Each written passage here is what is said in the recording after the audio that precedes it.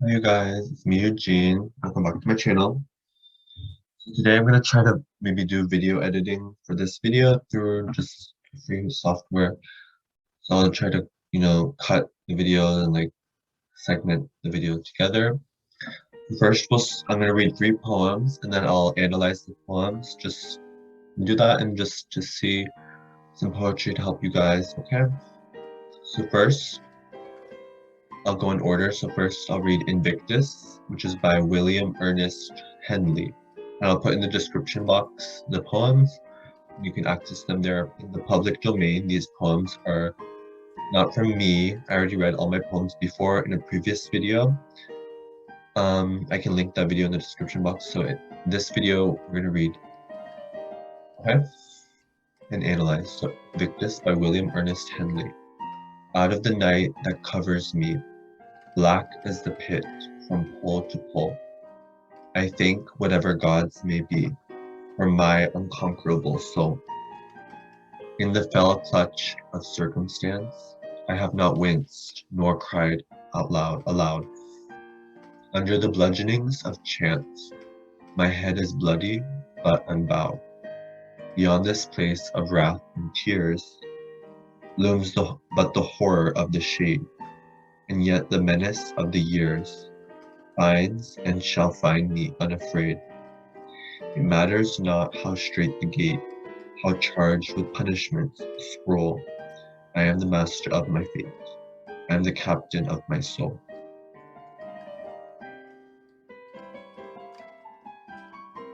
Okay, so for this poem, in the first stanza, black as the pit, that is like an allusion, right? Allusion to, as you can tell, like the underworld and like Hades, right? Black as the pit from pole to pole. That's also like alliteration. And like the purpose of this poem that I just read is like to take initiative, take ownership, knowing that like you are in control. And this does not lessen the fact that life is not difficult or without challenges. Then later on in the poem, when it says looms, but the horror of the shade, that sometimes when they use the word of, that can mean like a metaphor. So horror of the shade, saying the shade is the horror, so that's a metaphor. And this poem is, there's quatrains. So Henley uses quatrains where it's like A, B, the rhyme scheme is A, B, A, B, C, D, C, D, E, F, E, F, and G, H, G, H. So there are many, you could also interpret this poem like someone going through many rejections, betrayals, and much disdain and discomfort. It's like suffocating to reach the demands and expectations of others. Those are things that I got from this poem. And it's like, there's just so much going on. Okay, so I think that's good.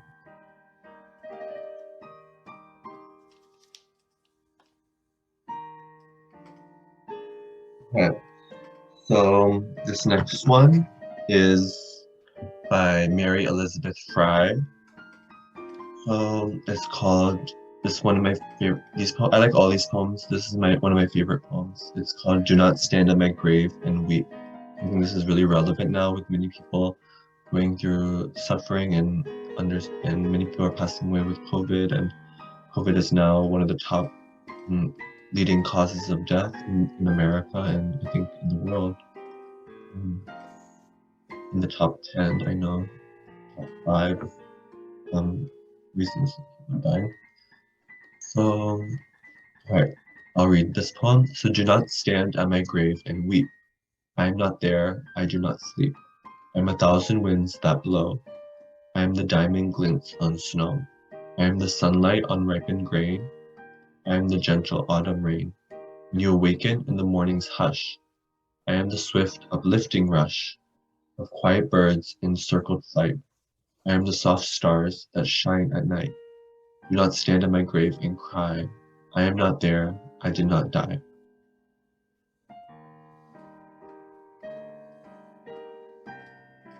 Okay, so let's analyze this poem, Do Not Stand at My Grave and Weep. So it has lots of the imagery of nature. and it's showing how Frye has like transcended her physical form, and this poem lives forever because it's, you know, written down, as do the effects of all her past interactions, memories, and relationships. And so it's showing also the metaphors. That's a really important literary device in this poem. There's many metaphors when she says, I am this, I am that. That's all, those are all metaphors or analogies, kind of metaphors. So also like she's serenading, like possibly for her love, it's a serenade for her lover to be strong in the years after her death. It could also be interpreted as a lullaby to her children to be hopeful for life without their mother. It can also be like a proclamation to her friends to go ahead and make new friends. And it's like the belief that spirits surround us and are imbued within each of us, and we are never alone. Okay? And then also like it's showing how like she is in every season and every element of nature. Yes, we need to have moments of mourning, people that passed away, but we must not let the sadness consume us. And also specifically in certain lines, when it says, I am the soft stars that shine at night, that's alliteration with the S sound in the beginning of the words, the S sound in the beginning, and consonants. Consonants is at the end of the words, the T sound. I am the soft stars that shine at night. So the T sound at the end, that's consonants.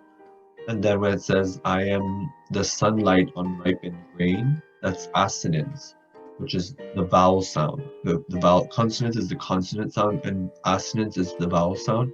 Where it says, I am the sunlight on ripened grain, that is the strong uppercase I sound, like A-E-I-O-U, so that's the I sound, okay? And then there's an ending refrain that is slightly different from the beginning. So in the beginning it says, do not stand in my grave and weep. I am not there, I do not sleep. Then the end sound is, the end is like, do not stand in my grave and cry. I am not there, I did not die. So it's using the synonym. Instead of weep, it's saying cry. It's a different rhyme scheme there. Then I'm not there, I did not die. So instead of sleeping, she says die. So it's a little bit, it changed it, but it's somewhat of a refrain, but it's changed at the end for emotional effect. Okay, I think that's good for this one. Then we have one more poem. Okay.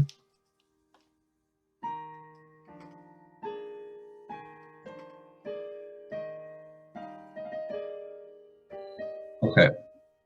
So this is called If by Rudyard Kipling, and this is a poem my dad had told me about a long time ago when my first dog, Spot, when he passed away. My dad, I think, gave me this poem around that time, and he had written a poem about Spot too, our dog. I wrote a short story about him when he got lost one time, about when he got lost one time. So I wrote the poem a few around that time. So, and then we got another dog actually. We had a dog for a year called Buddy. His name was Buddy.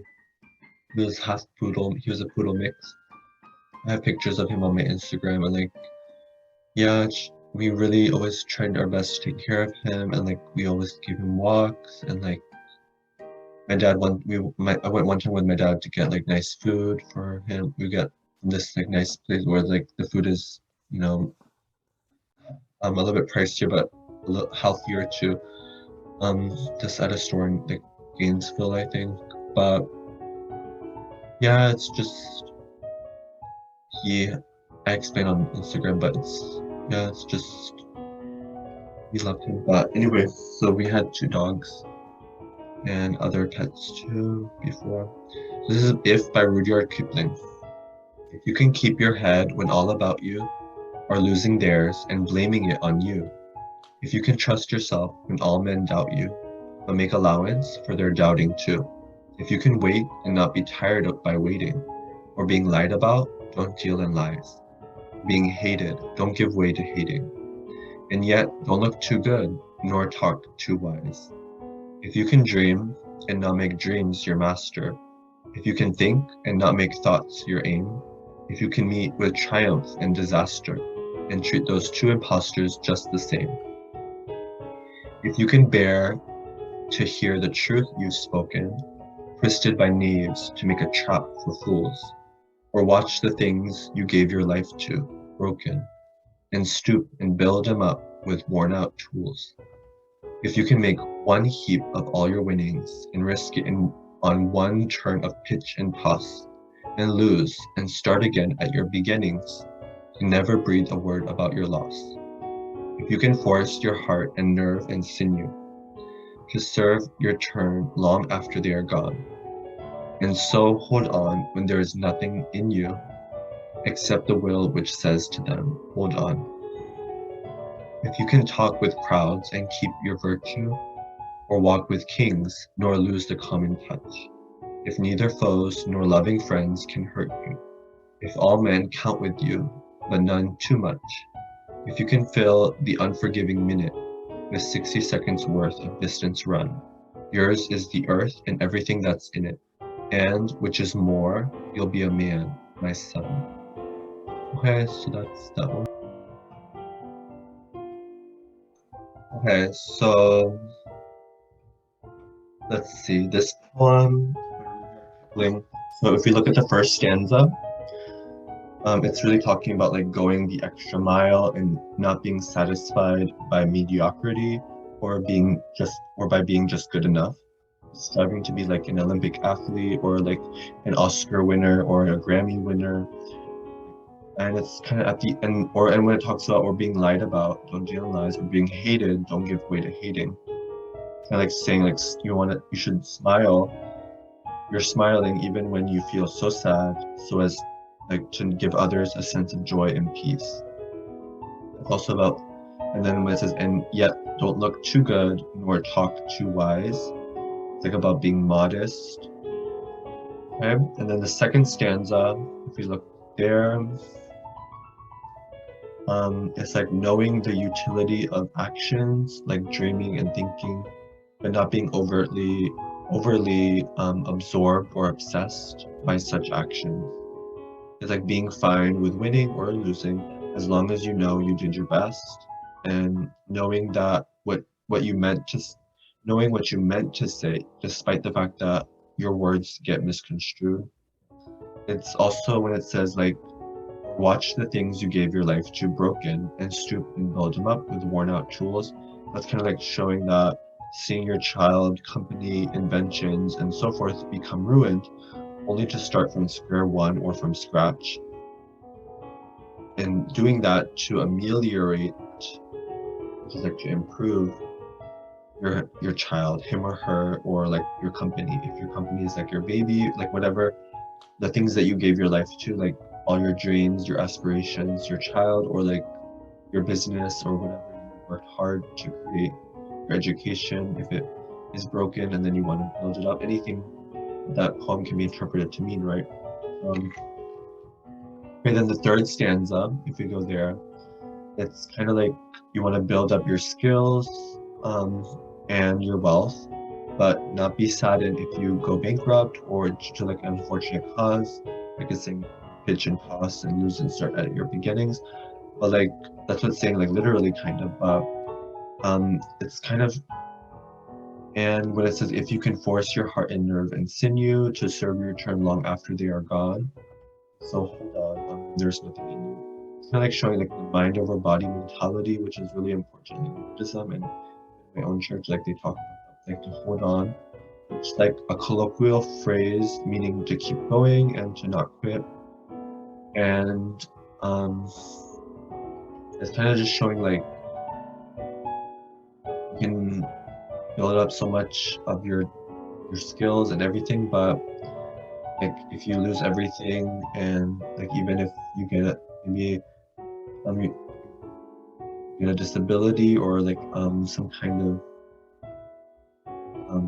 physical condition, like you're in a you're in a wheelchair or something, and you lose everything. It might not just only mean like money, but it can mean like you lose your physical health or something, and then you have to start from the beginning, and like you have to go through like physical therapy or something, or emotional therapy or something, and things like that. Like it's like all your skills or whatever, you lose all of that in some kind of, when you try to be like a high roller, or like you try to do something that has big stakes, and that's something with big stakes, and then something happens, and then I think that's what it's talking about. And then the fourth stanza, if you can talk with crowds and keep your virtue, or walk with kings nor lose the common touch.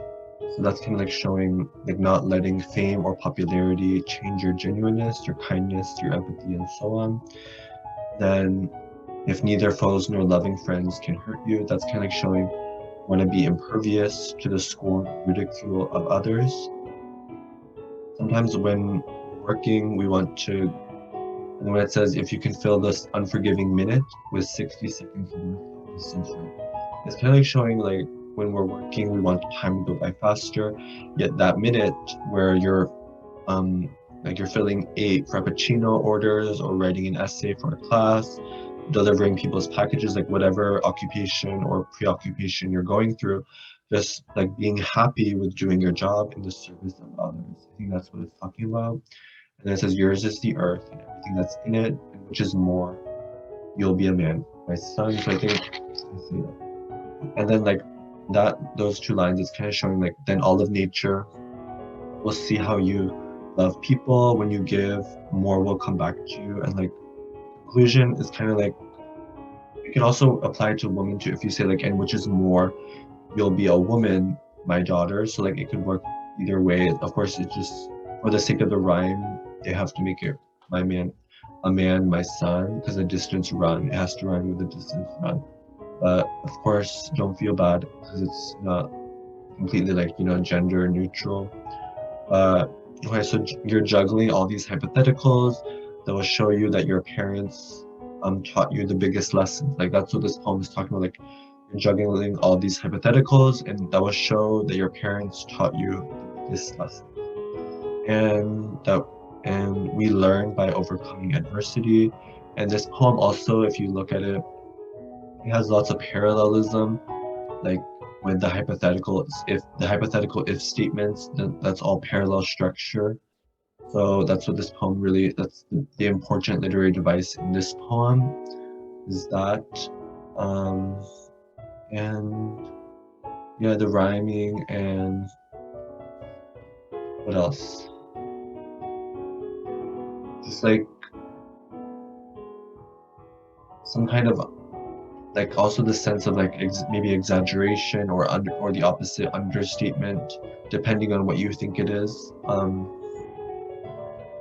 Kind of like when you think of, those are other literary devices that you might be able to think of or argue about. Like if you can force your heart and nerve and sinew to serve your turn long after they are gone. Like of course your body decomposes, like your heart and nerve and sinew won't serve anyone anything. It's just, that's kind of like an exaggeration there. It's just showing that, exaggerating like how if you really did your best while you're on earth, then all of your body will like have shown that you continue, like will serve, it says to serve your turn long after they are gone. Like you'll have a lasting legacy, a big impact. Yeah, that's what that exaggeration is doing. And maybe an example of understatement.